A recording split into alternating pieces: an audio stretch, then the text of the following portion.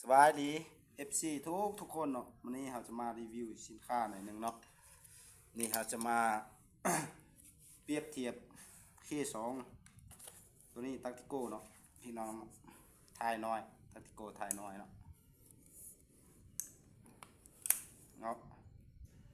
สุโรตักติโก้งามหลายเนาะทายน้อยพับเข้าพับออกหลายแบบนี้เลยเนาะเขาจะแต่งมาเราจะมาเปรียบเทียบสุดรถสองตัวนี้เนาะบางคนว่าเข้าใจเนาะเป็นยังว่าเครื่องมันจังแฟงมันจังถือเนาะถือว่าตัวนึงได้อัปเกรดแล้วเนาะพี่น้องเนาะตัว K2 ตัวนี้ยังบ่ทันอัปเกรดเราอีกM8วังเล็กธรรมดาเนาะกล่องดิสโกเวลีธรรมดาตัวนี้ราคาก็บ่แพงปานใดพี่น้อง K2 นี่เนาะสำหรับปืน K2 นี่เนาะเพราะว่ามันยังท่านได้อัปเกรดวาล์วเซตฟันตัวนี้เนาะกล่องดิสโกเวลีน้อยเอาไปยิงลองมันก็แม่นเนาะแม่นดีพี่น้องเนาะแต่ว่ายังบ่ทันได้เปลี่ยนสปริงเล็กยังบ่ทันได้เปลี่ยนใส่แหวนมูเวียเนาะตัวนี้เนาะแล้วก็ใส่กับเก็บเสียงตัวนี้เนาะเก็บเสียงธรรมดาบางคนว่าเป็นยังว่ามันตักติโก้อัน K2 คือกันมันราคาตามมันแพงเนาะเอามาเป็นตัวนี้พี่น้องประกอบไซรัม42เก็บเสียง FX เอกันของอินโดนีเซียเนาะความเงียบแห่ง 98% พี่น้องใส่กล่อง VSA ของแท้วางลมคาร์บอนเนาะ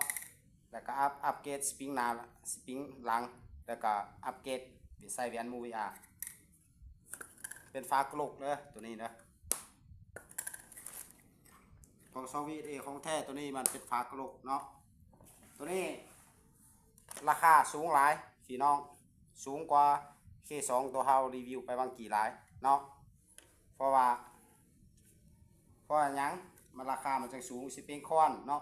เปลี่ยนลำลูกค้านี่ห้อยเนาะสั่งใส่ลำตัวดีๆC2เลยพี่น้องสั่งใส่ลำตัวราคาสูงวางคาร์บอนอัปเกรดไฮฟองแต่ว่าเฮาไปยิงทดลองเบื้องนอกบ่ได้ถ่ายคลิปใหม่พี่น้องเบื้องนอกอันนี้ฟักตอร์เฮายังอายพี่น้องเนาะแม่นก็ฟักตอร์ท็อก A ซ้ำเนาะของ VSA ของแท้ลำ C2 เป็นลำตัวราคาสูงอย่างนี้เนาะเด้งามพี่น้องเห็นบ่เนาะมืดในนึงเนาะงามเลยใต้ฝับเขาฝับออกไหลเนาะกอง VSA ของแท้แบบนี้เนาะพี่น้องเนาะเครื่องแต่ละอย่างมันแตกต่างกันเด้อพี่น้องเด้อบ่แม่นว่าปืนราคาเดียวกันหมดมันบ่แม่นเนาะตัวนี้ Made in USA มันจะเป็นหนังสือสีล้ำอยู่นี่พี่น้องเนาะสกรีนสีล้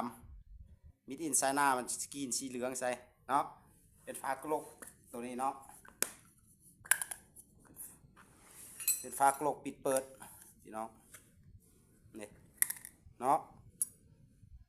คักหลายพยางไรตีน20มิลหรือว่าตีน11มิลก็บอกเอาเนาะพยางไรบางคาร์บอนกองซูปอีหยังบางลมเนาะมี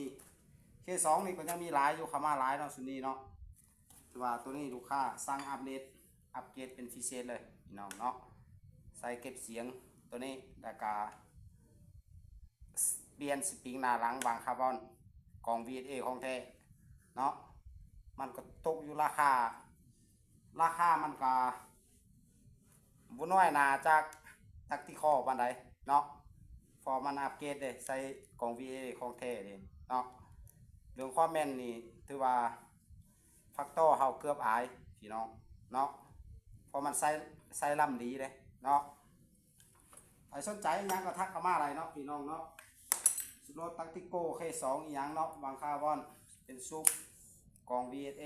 เนาะทักเข้ามา